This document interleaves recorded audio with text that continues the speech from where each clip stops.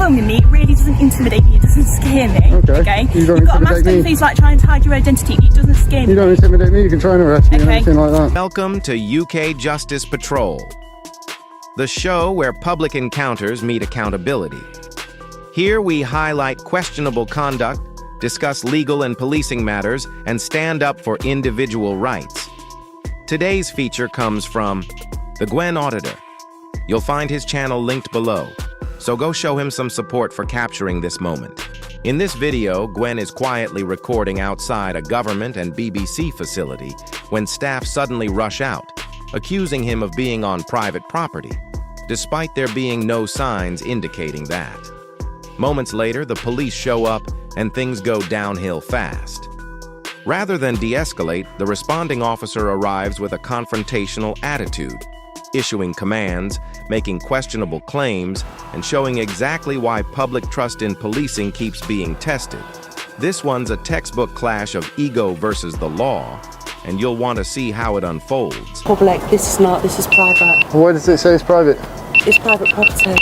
Where does it say it's private? The landlord owns the land. Who's the landowner? I don't want to get into an argument with you. I would just like to leave sight if that's possible. Who is the landlord? No, I'm not going to leave, no. You're not going to leave? No, I'm going to wander around. Anyway, because it's private property and we don't allow you to be filming here. I just wanted to find out a bit about the Gangmasters and Labour Abuse Authority, to be honest. They're not here. Well, funny, there's a sign in there that says Gangmasters and Labour Abuse Authority. So why are you coming investigating the Gangmasters? What reasons do you have for that? Because I find it interesting. You find it interesting? Yeah. So I've called the police. I'm not going to get into an argument. Which law do you think I'm breaking? It's private property. What law is that then? And you're not allowed to take videos and photos of the building. It's not acceptable in the business that we're in. Well, you can, yeah, of course you can. It's a government building. It's not acceptable. It's a government building. Yeah, I know, but we've got procedures in place and people have to get permission to take photos. You've not asked for permission. Well, surely it's public. If it's a government building, it's owned by the public. Yeah, I know it's a government building, but it's still classed as private property. The land is owned by somebody else. He's absolutely mistaken. And here's the breakdown. The staff member is mixing up ownership with public right of access. While a government department might technically hold title to the land, that doesn't automatically turn it into private property.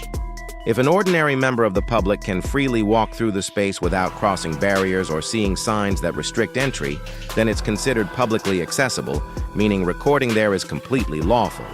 The idea that someone must get permission to film in such a place is simply incorrect. No law in the UK forbids filming government buildings from a lawful public position. If the agency wants to prevent it, they should clearly restrict the area, not invent new rules on the fly. I just want to know what it's about, because obviously this is a government building. Yep. What is it about? It's a government building. Yeah, but why are you filming it? I didn't know I needed a reason. Why are you filming me? Because I'm speaking with you and you're a suspect in an incident where you're filming a government building. Suspect? That would imply that I've committed a criminal offence. Listen to me a minute, okay? You're zooming in on people's IDs. I can tell you're one of those bloggers. That's absolutely fine, okay? But you can't be zooming in on people's IDs when this is a government building. Who says? It's the law, mate. What law? We don't play this game where... Could you identify yourself, please? Okay, PC 1191 Marseilles, as you can see by my badge. What station are you based out of? I'm based at Byron House Police Station. Okay. Yeah. So what are we filming? I don't really get what we're It's a government building. Yeah. I pay for it, I can film it. Okay, so why are you getting mouthy then? Because the thing is that you've been getting mouthy with them. They were getting mouthy with me. I was perfectly polite till they started giving me attitude. Yeah, because they're asking why you're filming them when this is a government building and asking for their IDs. It's suspicious. From the moment this officer steps onto the scene, it's obvious she isn't there to calm things down. She's there to take control.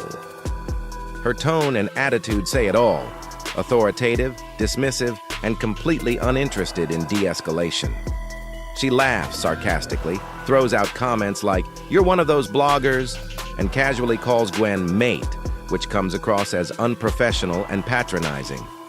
That kind of behavior immediately raises tensions instead of resolving them. Even worse, she doesn't identify herself right away, something every officer is trained to do as soon as they engage with the public. Rather than objectively evaluating the situation, she jumps straight to labeling Gwen as suspicious just because he's recording a government building and asking staff to show identification. But both actions are 100% lawful. Filming from a publicly accessible area is fully protected under UK law, and requesting ID from government representatives is a reasonable act of transparency. not grounds for suspicion. What's your name? I'm not going to give any details. Okay, you need to give me your details. No, I don't. Yes, you have. Because No, I don't. Yes, you do. I think you need to get your facts straight there. No, okay, you listen to me now. You've been getting mouthy with these people. No, I haven't. Yes, you have. You've been harassing them. I haven't harassed anyone. They approached me. You have. We Okay. have the right to approach him. That's Obviously, lies. he's filming, so we've asked him Yeah. if he wouldn't film us on private property. Yeah, of course. We've been very reasonable with him, and the action that he has with you, he's had with us too. Right, okay. What was the reason? There's nothing illegal about what I'm doing.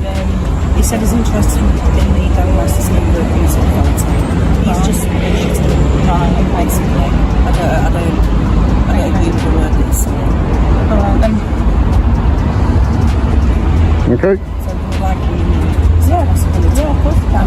Is there I'm in a public place. What you said at the minute? No, it's not been threatening, but obviously he's not corresponding with us. We've asked him not to video. I've given us the reasons, which are valid reasons why. He's become argumentative, and really, I just like... This moment perfectly highlights how misinformation spreads when people don't actually understand the law.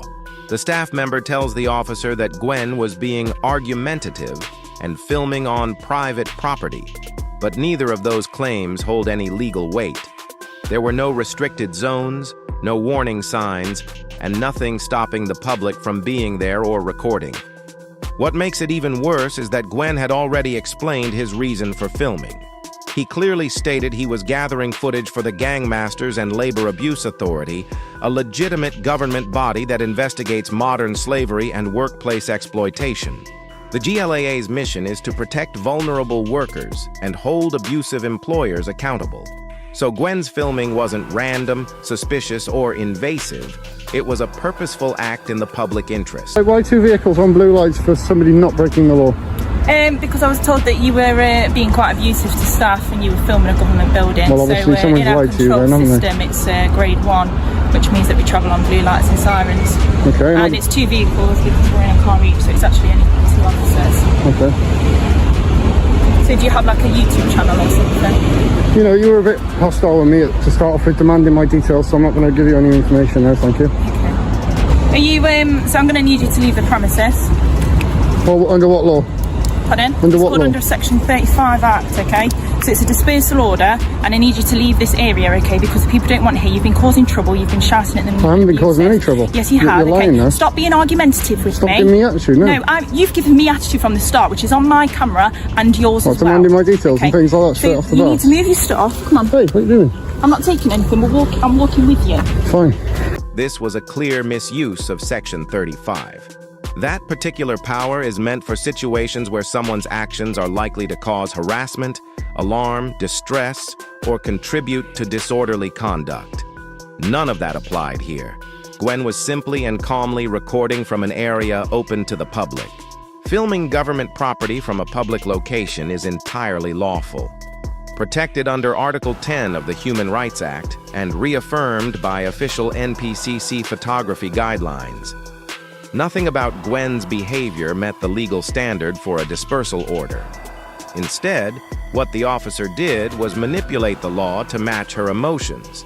She used Section 35 as a tool to remove someone she and the staff found inconvenient. Saying things like, "People don't want you here," isn't a lawful reason. It's an emotional reaction, not a legal justification. Okay, don't worry. Leave this area. Yeah, I've got him on my camera as Yep. well. It's just silly. I've got it all on camera. No, it's not silly. That's your thoughts. I'd rather you keep them to yourself, to be honest. You're a public employee. What's around here then? Is this your like full-time job then, plug-in? I do all sorts. What, plug-in buildings? So we're on the public. Can you put the bag down now? We're on the public pavement. So I don't want you round that private property anymore, okay? If you are caught there again, I will come back and you can be arrested for it, okay? Do you Be understand arrested? that? I'm giving Under you a what warning section? for this now. I'm being quite reasonable with Okay, you. can you tell me which act and which section that is, please? It's under Section 35 Act, but at the minute I'm giving you a warning. Section 35 for it. of what? Yes, it doesn't matter what. No, it does okay? matter what. No, okay. This is end of now, okay? Just because you're filming me, it really doesn't intimidate me. It doesn't scare me. Okay. You don't You've got a mask intimidate on your me. face like trying to hide your identity. It doesn't scare me. You don't intimidate me. You can try and arrest me and Okay. everything like that. All right. Well, I'm gonna. This moment perfectly highlights how unprepared and unprofessional the officer was in handling the encounter. When Gwen calmly asks, Section 35 of what law? She snaps back with, "It doesn't matter what. That's not confidence. That's a total disregard for accountability." Every officer invoking a legal power is required to clearly identify the legislation they're acting under. It's one of the most basic procedural standards in policing. By refusing to do that, she exposed that she wasn't acting from a position of law at all. She was improvising. Then things somehow get worse when she accuses Gwen of trying to intimidate her simply because he's wearing a mask. That's a baseless claim. Masks are perfectly legal, and in this case, it was clearly about privacy, not aggression.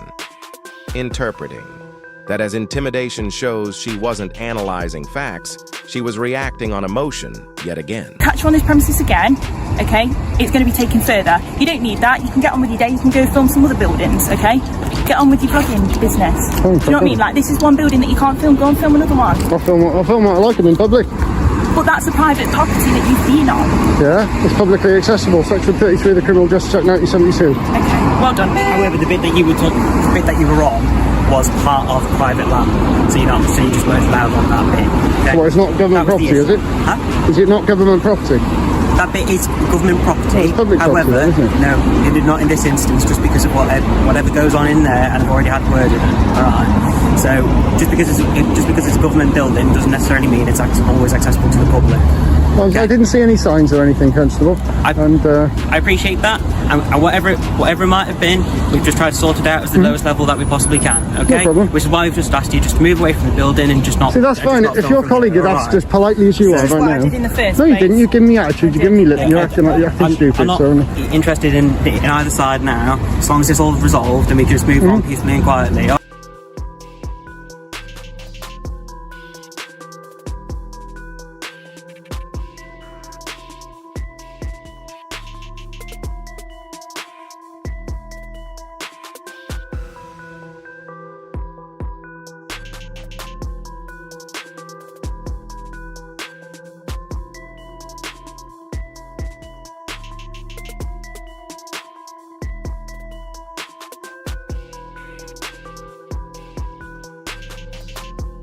yeah, see, you've been perfectly quiet. Thank you for But that. what I will say is that my colleague is dead right. We've given you the warning for it. If you come back, you can be arrested for breach of 35 notice. Which act is that? Sorry, It's part of the Public Order Act. Public Order Act. Yeah. Read it out for Yeah, you. that's If that fine. makes you feel better, I'll read it out. So it's literally just that.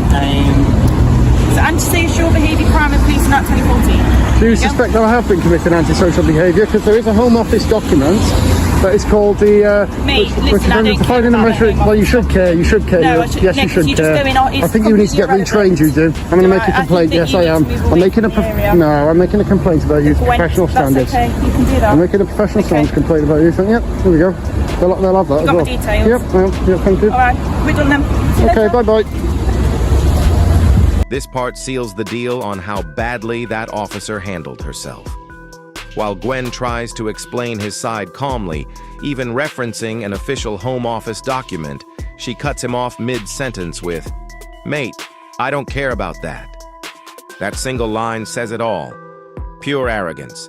She openly dismissed official guidance from the very department that defines her own authority.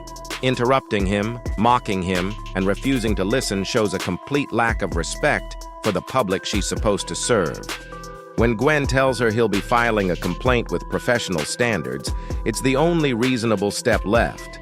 But as he later shared, nothing meaningful came of it. Just an automated reply from Nottinghamshire Police, and silence after that. That alone speaks volumes. The very system meant to uphold accountability too often ends up protecting misconduct instead of addressing it. What we saw here wasn't just one officer having a bad day. It was a small window into a bigger, broken culture, one where power gets prioritized over professionalism. From the start, she treated Gwen not as a citizen exercising his rights, but as a nuisance to be controlled. Her condescending tone, her refusal to engage reasonably, and her constant interruptions turned what could have been a routine, lawful exchange into unnecessary conflict, entirely because of her own attitude. The irony. Gwen stayed calm, respectful, and factual the whole time. He knew the law, he quoted policy correctly, and that composure clearly frustrated her. The more reasonable he became, the more unreasonable she acted.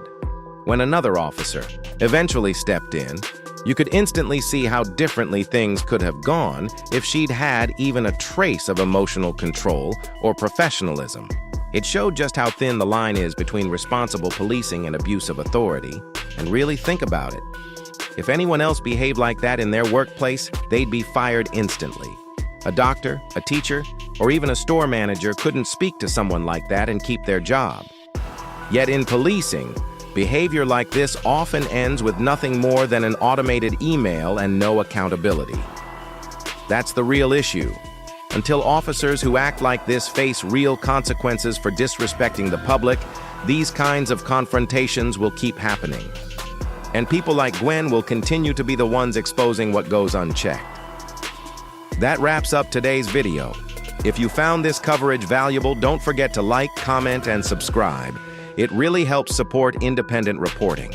And make sure to check out Gwen Auditor's channel, linked below. Show him some support for standing firm and keeping the system honest. Thanks for watching.